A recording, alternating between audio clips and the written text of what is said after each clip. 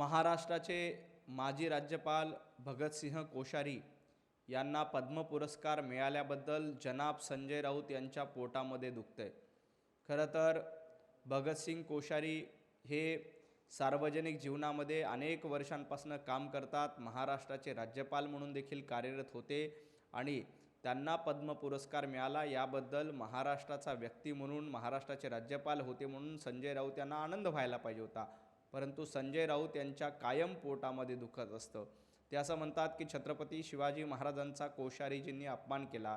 परंतु संजय राऊत, तुम्हाला सांगायचं आहे की वयाची 75 ओलांडली असताना शिवनेरी किल्ल्यावर पायी चालत जाणारे एकमेव राज्यपाल कोण होते तर भगतसिंह कोश्यारी होते। तुमच्या डोळ्यामध्ये नेमकं काय गेलं की कोश्यारीजी शिवनेरीवर गेले हे तुम्हाला दिसत नाही। भगतसिंह कोश्यारी यांनी समर्थांच्या ओळी तोंडपाठ केल्या आणि छत्रपती शिवाजी महाराजांचा पराक्रमाचा इतिहास, त्या शिवनेरी किल्ल्यावर छत्रपती शिवाजी महाराजांचा जन्म झाला, ती माती आपल्या कपाळी लावणारे पहिले राज्यपाल कोण असतील तर भगतसिंह कोश्यारी होते। हे संजय राऊतांच्या डोक्यामध्ये का जात नाही हा माझा संजय राऊतांना सवाल आहे। जनाब संजय राऊत, तुम्हाला नेमका कोणाला पद्म पुरस्कार द्यायचा होता? तुम्हाला एखाद्या MIMच्या नेत्याला पद्म पुरस्कार मिळायला पाहिजे होता का? तेव्हा तुम्हाला आनंद झाला असता का? ज्या शिवनेरी गडावर पायी चालत जाऊन भगतसिंह कोश्यारी यांनी आपली शिवभक्ती दाखवून दिली, त्यांना पद्म पुरस्कार मिळत असेल तर तुमच्या पोटामध्ये नेमकं का दुखतंय हा माझा संजय राऊत यांना सवाल आहे।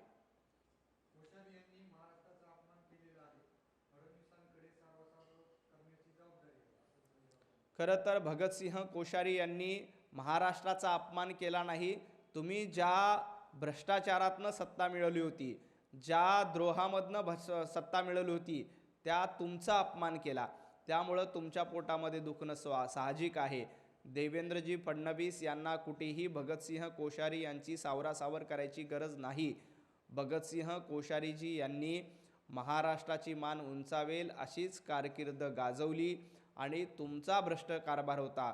तुम्ही ज्या पद्धतीनं महाराष्ट्राची लूट करत होता, ती लूट थांबवण्याचं काम, तुमच्या सरकारवर अंकुश ठेवण्याचं काम राज्यपाल म्हणून प्रामाणिक केलं।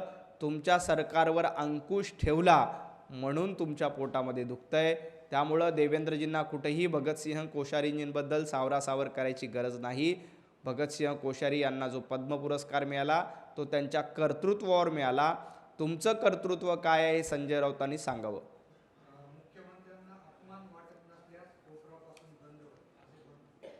खरं तर देवेंद्रजी फडणवीस यांना कधीही भगतसिंह कोश्यारी यांच्या चुकीच्या वक्तव्याचं कुणीही समर्थन करत नाही आणि भगतसिंह कोश्यारी यांच्या वक्तव्याचा विपर्यास करण्याचा प्रयत्न देखील वारंवार केला, हे देखील महाराष्ट्राने बघितलंय। आणि देवाभाऊ चुकीच्या गोष्टीची कधीही सावरासावर करत नाही। संजय राऊत, तुम्ही चुकीच्या गोष्टी सातत्यानं करतात, उद्धव ठाकरे सातत्यानं चुकीच्या गोष्टी करतात, हे महाराष्ट्राने बघितलंय। त्यामुळे याबद्दल संजय राऊतांनी न बोललेलं बरं।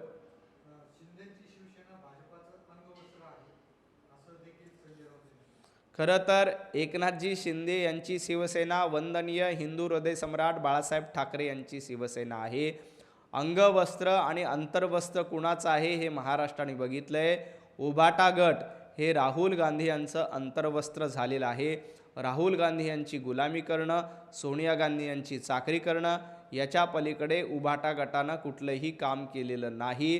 त्यामुळं खऱ्या अर्थानं राहुल गांधींचं अंतर्वस्त्र कोण असेल तर ते उभाटा गट आहेत आणि संजय राऊत आहेत।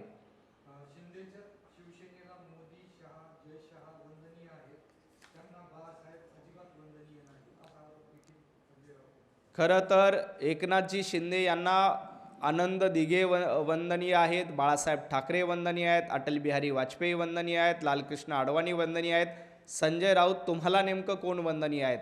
तुम्हाला प्रातस्मरणीय राहुल गांधी झालेत, तुम्हाला आदरणीय सोनिया गांधी मॅडम झालेले आहेत। याचा विचार जास्त करा।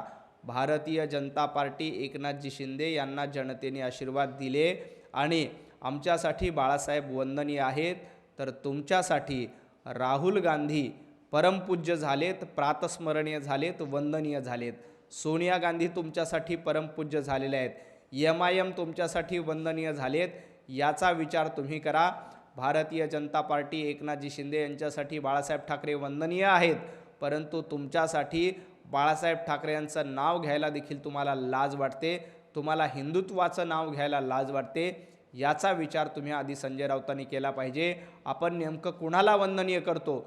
ज्या सोनिया गांधींना बाळासाहेब ठाकरे यांनी करप्शन क्वीन म्हणून हिणवलं होतं, करप्शन क्वीन म्हणून हेडलाईन सामनामध्ये छापली होती, त्या सोनिया गांधींना वंदनीय आणि प्रातस्मरणीय करण्याचं काम उभाटा गटाच्या माध्यमातून आणि संजय राऊतांच्या माध्यमातून झालंय। हा इतिहास आहे।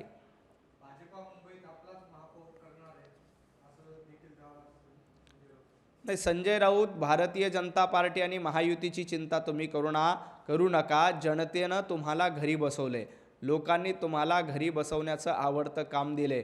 मुंबई महापालिकेमध्ये भारतीय जनता पार्टी आणि महायुतीचाच महापौर होईल। संजय राऊतांची इच्छा असती तर संजय राऊतांनी मुंबईमध्ये MIMचा महापौर केला असता। संजय राऊतांची इच्छा असती तर मुंबईमध्ये काँग्रेसचा महापौर केला असता, परंतु संजय राऊत आणि उभाटा गटाची डाळ शिजली नाही। त्यामुळं मुंबईमध्ये भारतीय जनता पार्टी आणि महायुतीचाच महापौर होईल, याच्यामध्ये अजिबात शंका नाही। संजय राऊत, आपल्या पक्षाची अगरबत्ती कुठे विझली? उभाटा गटाची मुंबईमध्ये काय अवस्था झाली? आपल्या भावाची आणि आपल्या कुटुंबाची मुंबईमध्ये काय अवस्था झाली? याचा विचार करा। भारतीय जनता पार्टी आणि महायुतीच्या पाठीशी मुंबईकर भरभक्कमपणे उभे आहेत।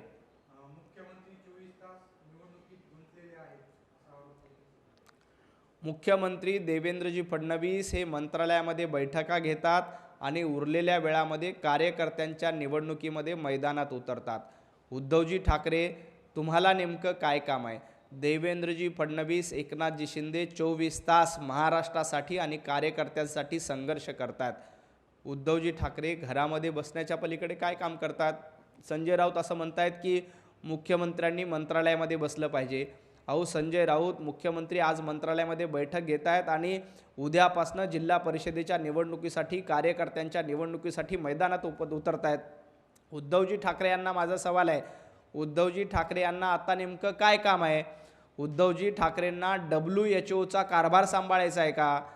संजय राऊत जसे कंपाऊंडर आहेत आणि उद्धवजी ठाकरे जसे WHO चे सल्लागार आहेत, तसं उद्धवजी ठाकरे यांना आता कार्यकर्त्यांसाठी मैदानात उतरायची वेळ नाही आहे, कार्यकर्त्यांसाठी सभा घेण्यासाठी वेळ नाही आहेत, तर उद्धवजी ठाकरे नेमकं WHO चे ॲडवायझर म्हणून काम करतायत का? याचं उत्तर संजय राऊतांनी महाराष्ट्राला दिलं पाहिजे। देवाभाऊ असतील, एकनाथजी शिंदे असतील, कार्यकर्त्यांच्या निवडणुकीसाठी देखील मैदानात उतरतात, कार्यकर्त्यांच्या खांद्याला खांदा लावून काम करतायत। संजय राऊत, उद्धवजी ठाकरे कार्यकर्त्यांच्या निवडणुकीमध्ये घरात बसणार, स्वतःच्या निवडणुकीमध्ये मात्र सभा घेणार।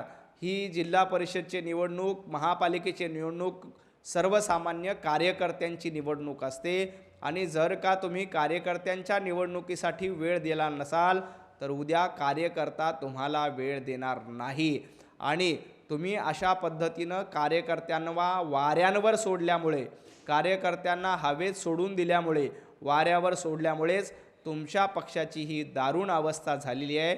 जिल्हा परिषदेमध्ये तुम्ही एक सभा घेत नाहीत, प्रचार करत नाही, याचा विचार देखील संजय राऊतांनी करायला हवा।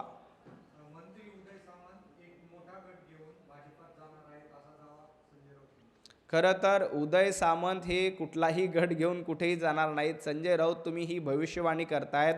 जेव्हा शिवसेनेचे 40 आमदार तुमच्या नाकाखालून निघून गेले तेव्हा तुम्हाला कळालं नाही, तर आता तुम्हाला काय कळेल? अशा हवेत गप्पा मारणं सोडून द्या। 40 आमदार उद्धव ठाकरे यांच्या अहंकाराला वैतागून गेले।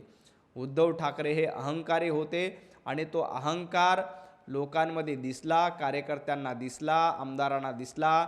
अडीच वर्ष उद्धवजी ठाकरे यांनी आमदारांना भेट दिली नाही, 2.5 वर्ष साध्या मंत्र्यांना भेट द्यायचं तुम्हाला जमलं नाही, कार्यकर्ता तर दूर। तुमच्या अहंकारामुळं शिवसेना फुटली, तुमच्या अहंकारामुळं 40 आमदार तुम्हाला सोडून गेले, याचा विचार संजय राऊतांनी करावा।